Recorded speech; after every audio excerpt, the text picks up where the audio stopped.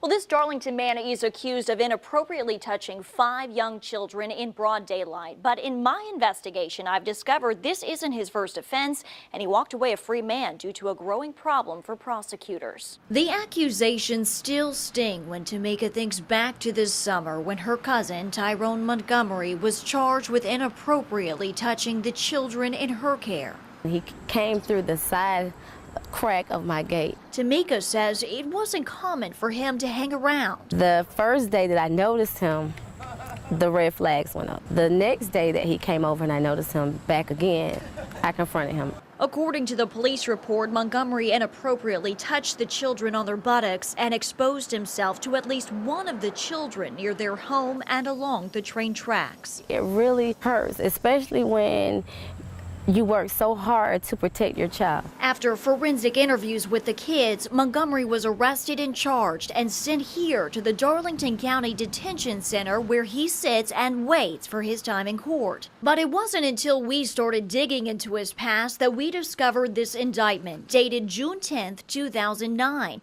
At that time, Montgomery was charged with committing a lewd act and having forcible sex with a 14-year-old girl. Less than 2 years later, the case was thrown out and Montgomery walked away and did not have to register as a sex offender. You know, they hear about these cases that are dismissed and they're thinking, how is that possible? How can you let this person go for a crime that they've committed? Well, I can assure you we don't dismiss cases because we want to. Sometimes it has to be done. Solicitor Will Rogers says he and his prosecutors had their backs against the wall. The victim in this case moved away, leaving them with no witness to back up the evidence, something that happens all too often. It's real frustrating, especially if you know you have the evidence to put them behind bars, but you can't get in touch with the victim. The options were limited. Move forward with this case and risk an acquittal or not guilty verdict. If that happens, double jeopardy comes into play, which means Tyrone couldn't be tried or charged with the same or similar crime in the future. So sometimes it's better to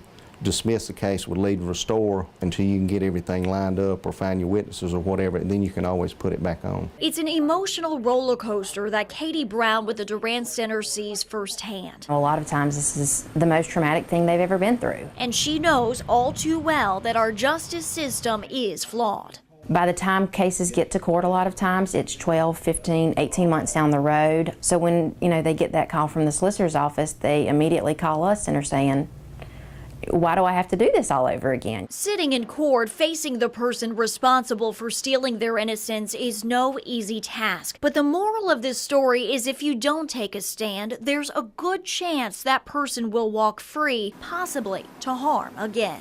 I feel like he slipped through the cracks, and I feel like I should be the one to stand up for all the kids that he probably have done this to that never came forward. Well, I reached out to the public defender's office who's been appointed to represent Montgomery, and none of my 14 calls were returned. I was also denied access to an interview with the defendant at the Darlington County Detention Center.